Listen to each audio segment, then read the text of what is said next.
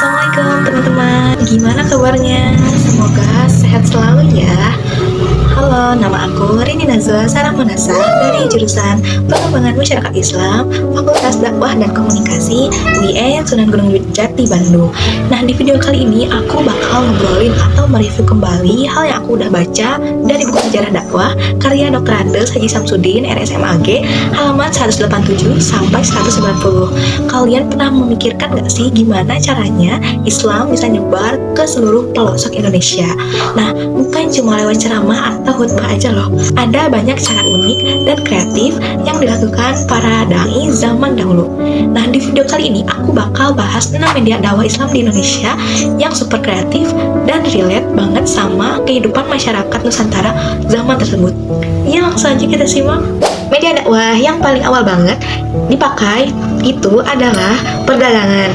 Jadi gini, sejak abad ke-7 sampai abad ke-16 banyak pedagang muslim dari Arab, Persia, India yang mampir ke Indonesia buat berdagang. Nah, mereka gak cuma bawa barang-barang seperti rempah-rempah untuk didagangkan, tapi juga bawa Islam. Nah, karena mereka sering kontak atau sering berinteraksi sama penduduk lokal, dakwahnya jadi masuk pelan-pelan. Bahkan, para raja dan bangsawan saat itu juga ikut terlibat dalam dunia dagang, dan akhirnya banyak yang masuk Islam. Jadi, Islam itu nyebar bukan karena perang, tapi karena adanya interaksi ekonomi. Keren kan? Nah, yang kedua yaitu media dakwah perkawinan. Jadi, banyak pedagang muslim yang nikah sama perempuan lokal, terutama anak-anak bangsawan. Sebelum nikah, mereka itu masuk Islam dulu. Nah, lama-lama keluarganya ikutan, lingkungannya juga. Sehingga terbentuklah komunitas muslim yang semakin besar. Contohnya ada Sunan Ampel yang menikah bersama Nyai Manila. Nyai Manila adalah putri dari seorang bangsawan atau tokoh penting dari Tuban yang saat itu dikenal sebagai pelabuhan internasional. Ada pula Sunan Gunung Jati yang juga menikah bersama putri bangsawan, yaitu bernama Putri Ong Tien yang merupakan putri Kaisar Tiongkok serta dikenal menikah dengan putri kerajaan Pajajaran. Selanjutnya, media dakwah yang ketiga yaitu ada tasawuf. Tasawuf ini yaitu ajaran mistik atau spiritual dalam Islam. Para sufi, contohnya Hamzah Fansuri yang dari Aceh, mengajarkan konsep mistik Islam seperti wahdatul wujud.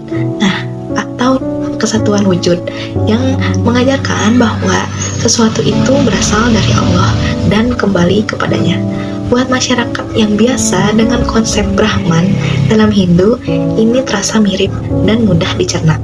Ada juga para sufi yang lain yaitu Syekh Lemah Abang dan juga Sunan Panggung yang mengajarkan Islam dengan pendekatan yang relate banget sama kepercayaan lokal seperti Hindu atau animisme pada saat itu.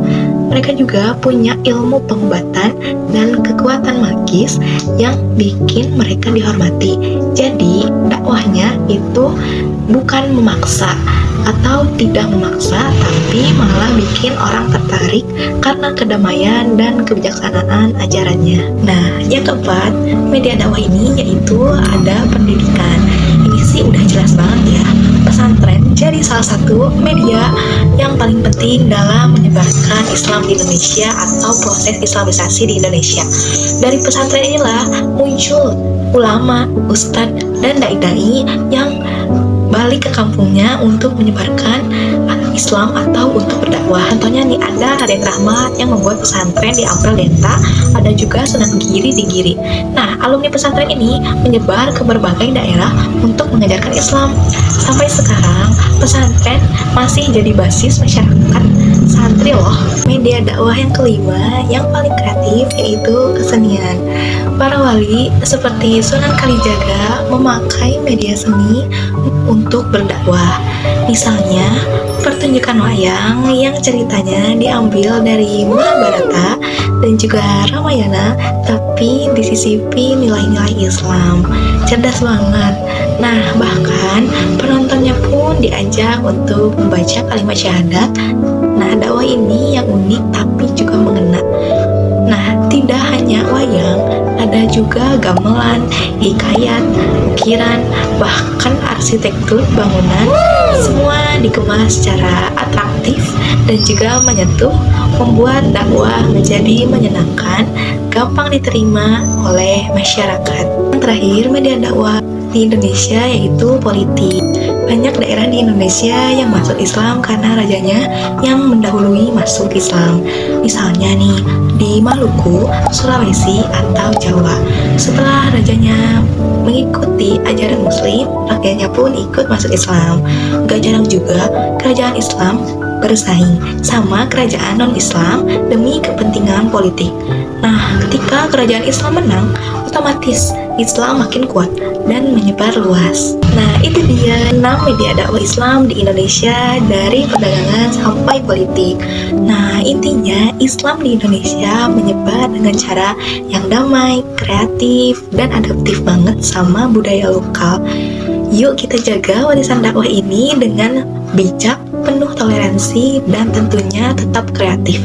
Jangan lupa like, share, dan subscribe ya. Wassalamualaikum warahmatullahi wabarakatuh.